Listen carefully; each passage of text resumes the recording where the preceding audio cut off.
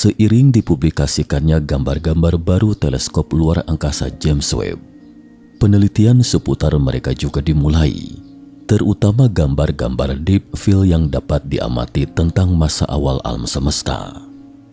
Mereka menghidupkan kembali antusiasme masyarakat dalam mengeksplorasi asal-usul alam semesta. Model paling populer tentang asal-usul alam semesta tentu saja adalah Big Bang. Sejak pertama kali diusulkan pada tahun 1927, teori Big Bang tetap menjadi penjelasan utama asal-usul alam semesta. Teori tersebut menunjukkan bahwa alam semesta dimulai hanya sebagai satu titik yang menggelembung dan berkembang selama 13,8 miliar tahun ke depan untuk menjadi kosmos yang masih berkembang yang kita kenal sekarang. Namun baru-baru ini ada kabar di internet bahwa teleskop luar angkasa James Webb menyanggah teori Big Bang. Topik ini diangkat oleh penulis sains populer Amerika, Eric Lerner, seorang penentang keras teori Big Bang. Pada awal tahun 1991, Lerner menerbitkan buku terkait berjudul The Big Bang Never Happened.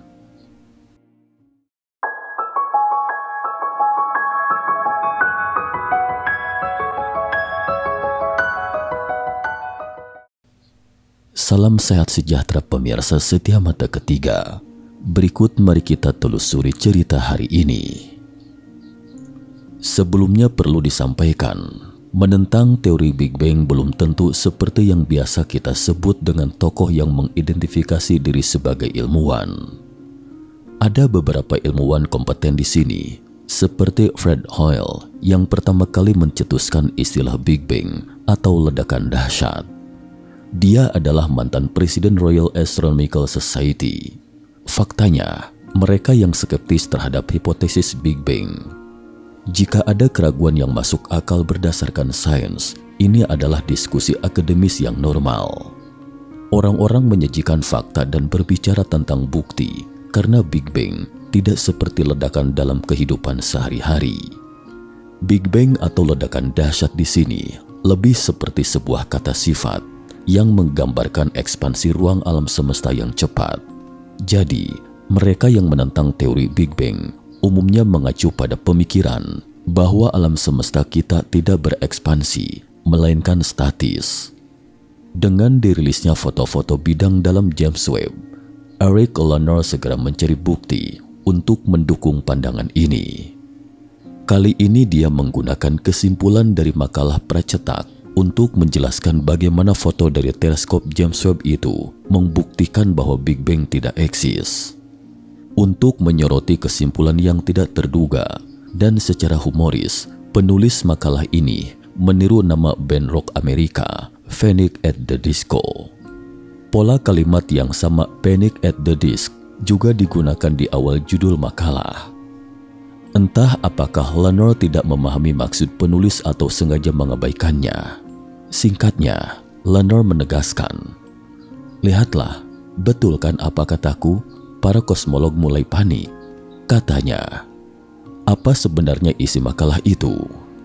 Dalam makalah tersebut, tim peneliti mengatakan bahwa kami menggunakan data foto deep field pertama James Webb untuk menganalisis galaksi-galaksi dengan pergeseran merah lebih besar dari 3 dan menemukan beberapa hasil yang tidak terduga. Pertama, kami menemukan bahwa struktur galaksi-galaksi kuno ini tampaknya terbentuk jauh lebih awal dari perkiraan sebelumnya. Kedua, jumlah galaksi yang dilihat James Webb pada jarak pergeseran merah 3 hingga 6 menduduki setengahnya dari seluruh galaksi. Hasil ini lebih dari 10 kali lipat dari pengamatan teleskop Hubble sebelumnya. Terakhir, pada jarak pergeseran merah lebih dari 3, yang dilihat James Webb seharusnya merupakan galaksi-galaksi muda. Namun galaksi-galaksi ini menunjukkan karakteristik kematangan yang tidak terduga. Kesimpulan singkatnya adalah, kita tidak dapat melihat galaksi-galaksi kuno ini dengan jelas di era teleskop Hubble. Namun sekarang dengan teleskop James Webb, sekarang kita dapat melihatnya dengan jelas dan menemukan bahwa galaksi-galaksi tersebut tidak sama seperti yang diduga. Spesifiknya, menurut teori evolusi alam semesta model Big Bang, di mana karakter galaksi-galaksi terus bergabung dan menjadi lebih besar melalui proses ikan besar memakan ikan kecil, maka alam semesta awal seharusnya merupakan galaksi-galaksi yang saling berinteraksi atau galaksi-galaksi yang tidak teratur. Namun dari pengamatan aktual James Webb, kita menemukan bahwa galaksi pada jarak ini tidaklah sekasar seperti yang dibayangkan. Banyak di antara mereka yang sangat teratur dan rapi, dan piringan galaksi juga sangat halus, sekilas tampak seperti galaksi yang sangat matang dan hampir sama dengan galaksi di sekitar. Selain itu, jumlah galaksi dewasa ini 10 kali lebih banyak dibandingkan yang diamati teleskop Hubble. Lenor sangat gembira dengan hasil ini. Seperti yang saya katakan, jika terjadi Big Bang, bagaimana bisa ada begitu banyak galaksi besar dalam waktu sesingkat itu? Jadi percayalah, Big Bang pasti tidak pernah terjadi, kata Lenor. Namun hanya segelintir komunitas ilmiah yang meragukan hipotesis Big Bang yang menurut Lenor penuh celah itu. Kenapa? Karena dia seperti pakaian baru kaisar. Jika ada yang mempertanyakan Big Bang, maka dia akan dicap bodoh dan membuktikan bahwa dia tidak cocok untuk pekerjaan itu. Sebetulnya statement Lenor itu cukup bagus dan beralasan. Namun begitu konsep teori konspirasi dicetuskan, status dirinya seketika turun beberapa tingkat. Lantas, apa kesimpulan dari makalah itu? Pertama, perlu kita ketahui bahwa Big Bang memang hanyalah sebuah hipotesis dan bukan satu-satunya. Penjelasan apapun mengenai asal-usul dan evolusi alam semesta hanya dapat dianggap sebagai hipotesis. Walaupun hipotesis itu tidak ada yang benar atau salah, tapi ada yang baik dan buruk secara model. Lalu, model seperti apa yang bagus? Dapat menjelaskan semaksimal mungkin fenomena dengan cara yang sesederhana mungkin dan sebaiknya dapat memberikan beberapa prediksi, maka itu adalah model yang bagus. Model Big Bang sejauh ini merupakan model evolusi alam semesta yang terbaik, bukan salah satunya. Model Big Bang hanyalah istilah yang lebih dapat diterima. Model yang berdasarkan Big Bang dalam kosmologi modern adalah lambda dingin materi gelap atau model lambda CDM, yaitu model pakar kosmologi dari Big Bang, di mana alam semesta terdiri dari 3 komponen utama. Pertama, konstanta kosmologi yang dilambangkan dengan lambda dan berkaitan dengan energi gelap. Kedua, materi gelap dingin yang didalilkan, dan ketiga, materi nyata. Model ini dapat digunakan sebagai model standar kosmologi modern, dan model ini tentunya mempunyai kelebihannya tersendiri. Di antaranya, ada 3 bukti paling langsung dan kuat, yaitu pergeseran merah galaksi, radiasi latar belakang gelombang mikrokosmis, dan kelimpahan alami elemen di alam semesta. Mengapa unsur-unsur ini menjadi bukti kuat terjadinya Big Bang? Itulah sebabnya mengapa kita percaya bahwa alam semesta lahir dalam ledakan besar. Dapat dikata bahwa teori apapun yang ingin menggulingkan teori Big Bang harus terlebih dahulu menghadapi 3 bukti di atas. Namun Lenor dan penentang awal teori Big Bang juga meragukan ketiga bukti tersebut. Misalnya, pergeseran merah galaksi tidak selalu disebabkan oleh perluasan alam semesta, tetapi juga dapat dijelaskan dengan hipotesis cahaya lelah.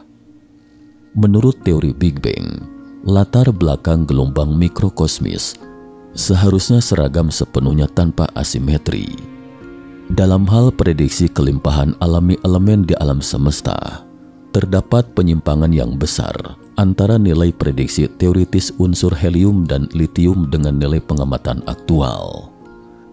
Faktanya dalam menghadapi keraguan ini, hanya sedikit fisikawan yang akan memperdebatkannya saat ini, seperti hipotesis cahaya lelah yang dikemukakan sejak tahun 1929. Belakangan, berbagai bukti observasi menunjukkan bahwa hipotesis ini tidak berdasar. Perluasan alam semesta masih menjadi penjelasan terbaik atas pergeseran merah galaksi. Lagi pula radiasi latar gelombang mikrokosmik sebesar 2,7 K sejauh ini tidak dapat disimpulkan dari hipotesis cahaya lelah dan alam semesta statis. Menghadapi radiasi latar belakang gelombang mikrokosmik yang merupakan bukti paling kuat dari teori Big Bang, Lenor menghindari bukti-bukti penting dan hanya memilih keseragaman radiasi latar belakang gelombang mikrokosmis. Asal tahu saja bahwa dalam skala besar, radiasi latar belakang gelombang mikrokosmis memang sangat seragam. Perbedaan suhu yang tidak merata hanya sekitar 1/100.000 derajat. Faktanya, masalah sebenarnya yang dihadapi radiasi latar belakang gelombang mikrokosmis pada saat itu adalah terlalu seragam, sehingga tidak seharusnya membentuk berbagai benda langit saat ini. Namun masalah ini hilang setelah masuknya materi gelap. Tetapi bukankah materi gelap belum ditemukan saat itu? Benar, namun maksud belum ditemukan di sini adalah belum mengetahui apa itu materi gelap. Namun nyatanya terdapat berbagai bukti yang menunjukkan bahwa materi gelap memang eksis, karena terhadap fenomena tersebut, penjelasan materi gelap jauh lebih baik daripada materi gelap. Dalam hal prediksi kelimpahan alami elemen di alam semesta, teori Big Bang berspekulasi bahwa hampir semua hidrogen dan helium di alam semesta berasal dari tahap awal nukleosintesis Big Bang, dan nilai kelimpahan unsur yang diprediksi sangat seragam dengan nilai aktual yang diamati. Sementara itu, menurut Lenor, bahwa meski tanpa Big Bang pun hampir semua unsur kecuali hidrogen dapat dibentuk oleh bintang saja, termasuk helium yang jumlahnya mencapai 23%. Namun menurutnya lagi, jika helium sebanyak itu dihasilkan oleh bintang, dalam prosesnya elemen berat tambahan juga akan dihasilkan pada saat bersamaan. Ini bahkan lebih tidak sesuai lagi dengan pengamatan sebenarnya. Selain itu, secara umum diyakini bahwa unsur litium dengan kelimpahan yang sangat kecil sebagian besar terbentuk pada awal Big Bang. Namun kandungan litium yang diamati astronom sangat tinggi di atmosfer bintang tipe matahari. Hal ini memang sangat tidak sesuai dengan nilai prediksi. Namun belakangan diketahui bahwa bintang tipe matahari dapat menghasilkan sejumlah besar unsur litium dalam bentuk helium flash. Artinya, litium di permukaan bintang tidak seluruhnya berasal dari Big Bang. Jadi tidak perlu merobohkan seluruh kerangka kerja untuk memperbaiki celah yang bisa diatasi. Jadi, Lenor seringkali hanya memilih bagian kecil dalam observasi yang tidak sesuai dengan teorinya, dan dengan sengaja menghindari bagian yang mendukung teori Big Bang. Faktanya, baik gambar dari teleskop Hubble maupun James Webb lebih mencerminkan bahwa keduanya mendukung model Big Bang. Mungkin inilah sebabnya mengapa komunitas ilmiah seringkali mengabaikan pandangan mereka saat ini. Lagi pula, jika ingin menggulingkan teori Big Bang, Anda harus bisa meyakinkan untuk menafsirkan kembali bukti-bukti utama, membuktikan bahwa teori Anda itu jauh lebih baik daripada hanya mengemukakan beberapa bukti sekunder yang tidak sesuai dengan teori yang ada, dengan mengatakan bahwa teori terkait bermasalah. Dibandingkan dengan bukti-bukti terkait, bukti-bukti sekunder ini hanya dapat menunjukkan bahwa teori Big Bang tidak cukup sempurna. Namun kosmologi atau bahkan ilmu pengetahuan alam secara keseluruhan juga bukan kebenaran mutlak dan tidak mungkin tanpa celah. Sebaliknya, teori Big Bang yang ada saat ini bisa dikata belum sepenuhnya sempurna, hanya berupa kerangka teoritis yang masih memerlukan sedikit perbaikan secara kontinu, dan setiap penemuan yang tidak terduga menjadi peluang untuk memperbaiki kerangka tersebut. Tidak sulit untuk membuktikan kesalahan orang lain. Yang sulit adalah Anda harus membuktikan bahwa Anda benar, atau hanya bisa menyebarkan rumor dan menghindar. Terakhir ditekankan bahwa sudut pandang dalam isu ini bukan berarti teori Big Bang tidak dapat digulingkan. Seiring berkembangnya ilmu pengetahuan dan munculnya lebih banyak bukti observasional, teori apapun berkemungkinan untuk digulingkan.